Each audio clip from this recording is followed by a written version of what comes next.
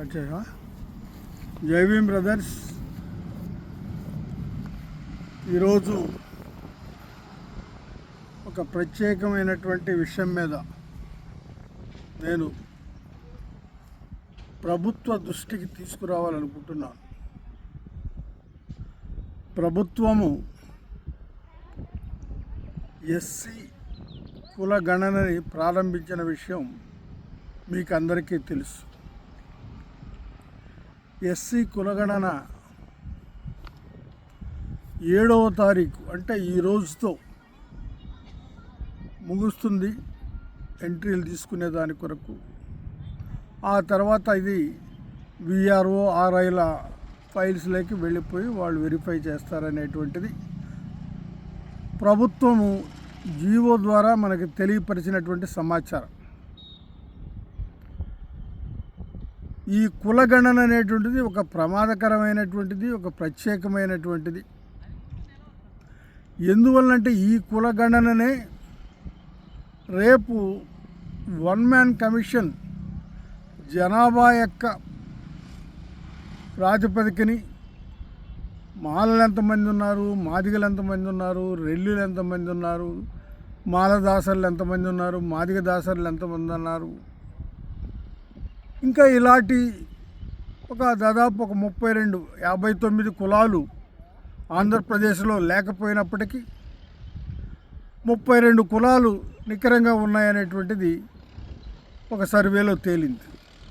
అయితే ప్రభుత్వం రేపు ఎటువంటి ప్రయత్నం చేస్తుందో మనకు తెలియదు. అంటే చాలా కులాలు కనుమరుగైపోయినాయి. ఒకే కులంలో ఉన్నటువంటి మేజర్ సబ్ కాస్ట్గా ఉన్నటువంటి మాల కులం ఉన్నటువంటి మధ్యలో ఉన్నటువంటి సబ్ కాస్టులు ఒక కులం మధ్య వివాహాలు చేసుకొని వాళ్ళు మాల కులంగా మారిపోయారు. అలాగే మాది కులం కింద ఉన్నటువంటి సబ్ కాస్టులు కూడా వివాహాలు చేసుకొని మాది కులంగా మారిపోయారు. మాదిగ వివాహాలు చేసుకున్నటువంటి జనాభా కూడా ఉన్నారు. సరే, వాళ్ళది ఇప్పుడు అది దాన్ని ఏ పద్ధతిలో చూస్తారో మనం ఇంకా తెలుసుకోవాల్సి ఉంది. అయితే ఇక్కడ ఏ పాపులేషన్ ఎక్కువగా ఉంది అనేది నిర్ధారించడమే ప్రధానమైనటువంటి అంశం. ఎవరికి ఎన్ని ఉద్యోగాలు ఇచ్చారు, ఎవరి దగ్గర ఎంత భూమి ఉంది, ఎవరు బాగా ప్రభుత్వ పథకాల ద్వారా అధ్యయనం చేసుకొని ప్రభుత్వ పథకాల ద్వారా బెనిఫిట్ పొందారు, ఇవన్నీ కూడా చూడాలి. దీనికి తోడు రాజకీయ పదవులు ఎవరు అంగీకరించారు, ప్రభుత్వ రుణాలు ఎవరు తీసుకున్నారు, ఇవన్నీ కూడా ఈ కులగణనతో పాటు చేయాలి. ఆ కులగణనలో అటువంటి కాలమ్స్ ఏమీ లేవు. రాజకీయాలకు సంబంధించి కాలమ్స్ లేవు, ఉద్యోగాలకు సంబంధించి కాలమ్స్ లేవు, అదేవిధంగా భూమికి సంబంధించి కూడా కాలం అనేటువంటిది ఏమీ లేదు. ప్రభుత్వ రుణాలకు సంబంధించి కూడా ఎటువంటి కాలం లేకుండా ఉంది. అది ప్రత్యేకమైన పరిస్థితి. మరి దాన్ని రేపు ఎటువంటి లెక్కలు తీస్తారనేటువంటి దాన్ని నిన్న కమిషన్ దృష్టికి కూడా ఈ విషయాన్ని తీసుకురావడం జరిగింది. అవి చూస్తామండి అని చెప్పారు.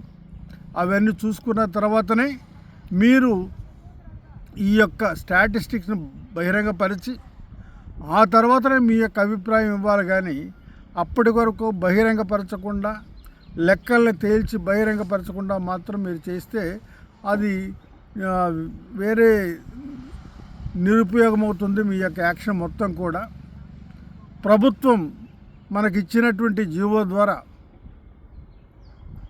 జీవో నంబర్ 86 ద్వారా కొన్ని ప్రత్యేకమైనటువంటి షరతులు నియమించింది.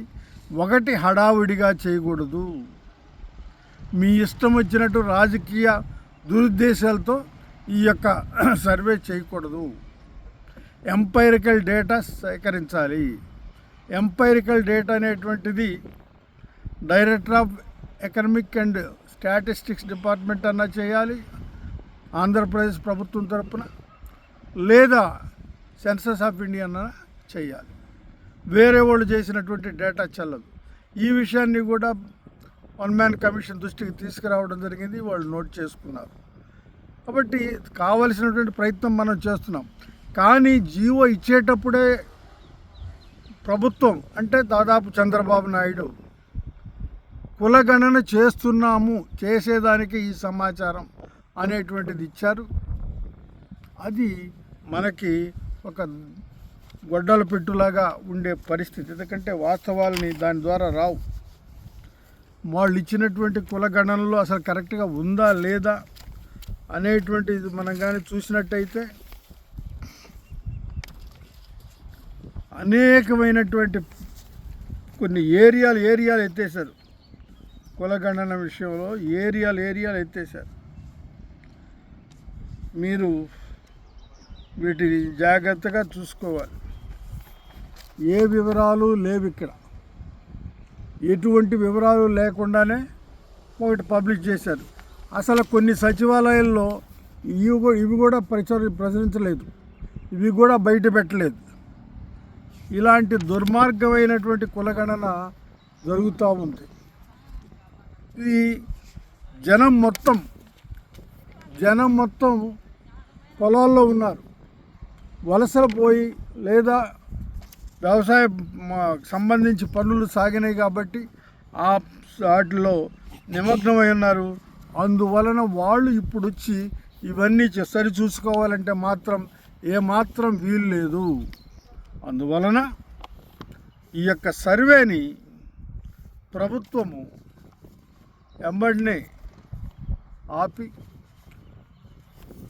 సంక్రాంతి పండగ అయిపోయిన తర్వాత అంటే దాదాపు ఈ నెల 30వ తారీఖున ఈ నెల 30వ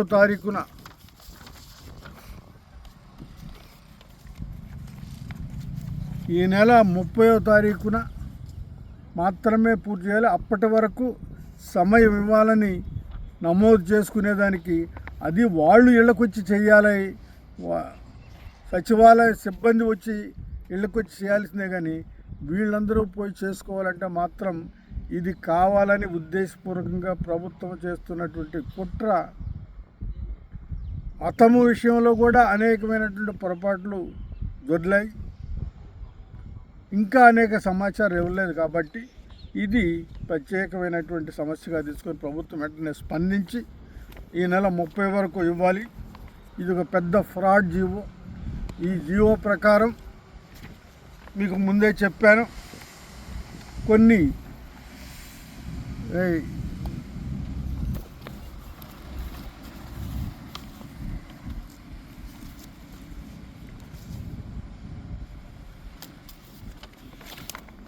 ఈ జీవో ప్రకారం త్వరగా చేయకూడదు. అదేవిధంగా ఒక కులాన్ని ఉద్యోగాలు పొందలేదంటే ఆ పొందలేకపోవడానికి కారణం బ్యాక్వర్డ్నెస్ అనేది నిరూపించాలి. ఆ బ్యాక్వర్డ్ నిరూపించిన తర్వాత మాత్రమే మిగతా విషయాలని చేయాలి. అందుకని ఆ బ్యాక్వర్డ్నెస్ చేయకుండా డేటాని కలెక్ట్ చేయకుండా చేస్తే మాత్రం అది ప్రమాదం జరుగుతుంది. కాబట్టి ఈ సందర్భంగా జేబీఎం ఫౌండేషన్ తరపున ఆంధ్రప్రదేశ్లో ఉన్నటువంటి ప్రభుత్వానికి ఈ సందర్భంగా విన్నవించుకుంటుంది ఏంటంటే జనవరి 30వ తారీఖు వరకు గడువు ఇవ్వాలి. ఏ సమాచారం లేకుండా ఈ యొక్క కమిషన్ ముగింపు చేయకూడదు. జై భీమ్, జై భారత్.